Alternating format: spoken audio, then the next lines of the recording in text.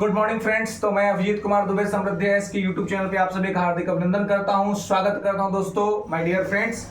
तो चलिए आज एक महत्वपूर्ण बात को लेकर के चर्चा में आपके सामने आए हैं और ये बात है कि मुकेश अंबानी के यहाँ जो प्री वेडिंग सेरेमनी और कंप्लीट जो वेडिंग सेरेमनी था वो हो चुका है, समाप्त हो चुका। और ये विवाह ऐसा था जो पूरे देश ही नहीं पूरे विदेश में चर्चा के केंद्र में रहा, क्योंकि आपने देखा है कि इस विवाह में जो है वो पूरे वर्ल्ड से सेलिब्रिटीज आए थे और लीडर्स आए थे जो इसके अंदर में पार्टिसिपेट किए। हमारे देश के भी सारे लीडर्स जो है सो पार्टिसिपेट किए, प्राइम मिनिस्टर खुद भी पार्टिसिपेट करने के लिए गए थे। लेकिन महत्वपूर्ण बात जो ये है, मैं आपको कहना चाह रहा हूं कि बंदे में है दम। और इस बार किस बंदे में दम है? तो इस बार दम है राहुल गांधी में। कांग्रेस के जो नेता है राहुल गांधी और लोकसभा में विपक्ष के नेता राहुल गांधी हैं, उनमें तो दम है, इस बात को मानना पड़ेगा।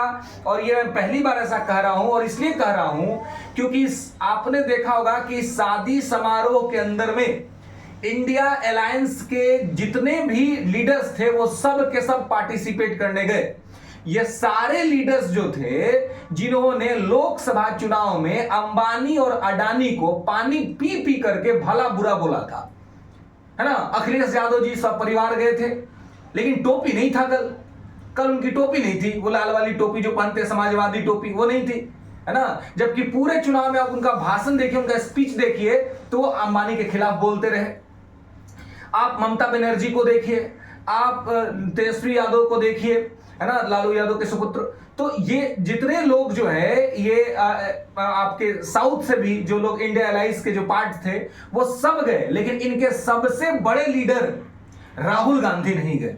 जबकि राहुल गांधी को कार्ड देने के लिए मुकेश अंबानी साहब खुद ही गए थे उनके यहां, और सोनिया गांधी से भी मिले थे, उनको आमंत्रित किया था, लेकिन राहुल गांधी नहीं गए। यह दिखला रहा है कि यह व्यक्ति अपने स्टैंड पर कायम है। जब इन्होंने अगर चुनाव में भी उनका विरोध किया तो अभी भी ये उस नीतिगत मुद्दे को लेकर के व्यक्तिगत तौर पे उसके विरोधी बने हुए हैं। ये जरूर है कि वैवाहिक समारोह जो होता है वो एक व्यक्तिगत मामला होता है, उसका राजनीति से कोई सरोकार नहीं होना चाहिए। लेकिन फिर भी जब आप लगातार सालों साल किसी को आप गाली दे रहे हैं, आप उसके बारे में भला बुरा कह रहे हैं, उसके खिलाफ आप वोट मांग रहे हैं, फिर उन्हीं के यहाँ इतना बड़ा भव्य आयोजन होता है तो आप वहां पे पहुंच करके उसको सेलिब्रेट करते हैं, उसके लिए अपना स्टेटस लगाते हैं और आप उसी आदमी के बारे में भला बुरा भी बोलते हैं। तो बताइए ये किस तरह से इसको सही और जस्टिफाई किया जा सकता है कि यह सही है? कहीं किया जा सकता है क्या? नहीं किया जा सकता है। लेकिन ये सब लोग गए, राहुल गांधी नहीं गए। इसलिए मैं ये एक चीज तो समझ में आ रहा है कि इस व्यक्ति में अपना एक स्टैंड तो है, चाहे हम जिसकी जो ये बात करें, लेकिन इन्होंने जो एक स्टैंड दिखाया उस पे कायम रहे। भले ही इनके जो एलाइज थे वो इनके सपोर्ट में खड़े नहीं हुए, इनके एलाइज इनके सपोर्ट में खड़े नहीं हुए। जब देखा कि हमारा सबसे बड़ा लीडर जब इसमें नहीं पार्टिसिपेट कर रहा है तो उन्हें भी इनका साथ देना चाहिए, क्योंकि पूरे चुनाव में तो मुद्दा यही था।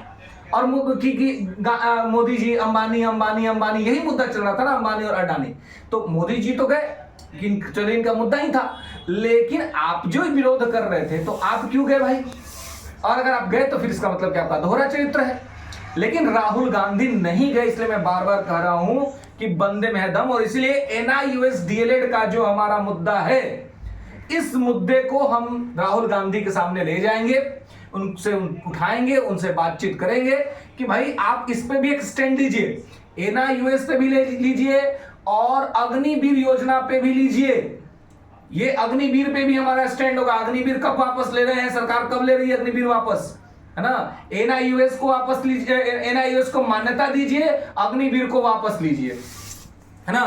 तो ये सारी चीजों को देकर के दोस्तों हम लोग ये सब बात करेंगे। साथ ही जो अभी आपने देखा है कि ये इतने सारे जो खर्चे हुए हैं, इतने सारे लोग वहां पे पहुंचे, और जियो का रिचार्ज किस प्रकार से बढ़ा, जियो नहीं सारी प्राइवेट कंपनियों का रिचार्ज जो है सो ये बढ़ा हुआ है। तो किस तरीके से बढ़ा है आप लोग ये देख ही रहे हैं। हालांकि बीएसएनएल का एक अल्टरनेटिव आया है, बीएसएनएल ने एक ठीक ठाक अल्टरनेटिव दिया है हमें, तो उस अल्टरनेटिव पे हमें आगे बढ़ना चाहिए। लेकिन आज की जो ये बात थी, अभी की जो बात थी, वो ये बात थी कि आप जो बात कह रहे हैं, कहते हैं, जो ये हमारे नेताजी लोग जो बात कहते हैं, चुनाव में जिस बात को मुद्दा बनाते हैं, क्या उस पर अमल भी करते हैं, या फिर ये केवल जनता को सुनाने के लिए होता है, केवल आम आदमी को सुनाने के लिए होता है?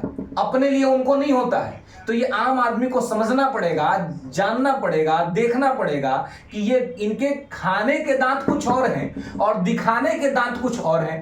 पूरे चुनाव में भर भर पानी पी पी करके जिनको गाली दिया, जिनके बारे में भला बुरा बोला, जिनके बारे में अपशब्द बोले, जिनके बारे में कहा कि ये भ्रष्टाचारी हैं, चोर हैं, ये करते हैं, वो करते हैं, उनके यहां जाकर के नतमस्तक होने में तो बड़ा मजा आया, हाथ जोड़ने में तो बड़ा मजा आया।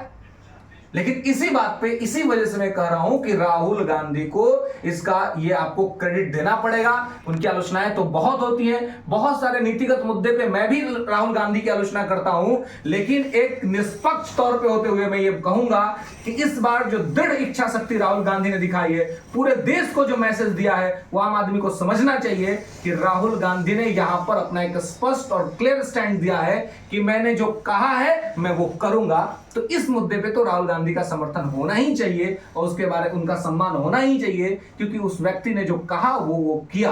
दोस्तों, ये सारी बातें पसंद आई हो तो चैनल को लाइक करिए, शेयर करिए, सब्सक्राइब करिए। आगे भी इस तरह के मुद्दे को, कंटेंट को लेकर के आते रहेंगे और आपके साथ जुड़ते रहेंगे। धन्यवाद मित्रों।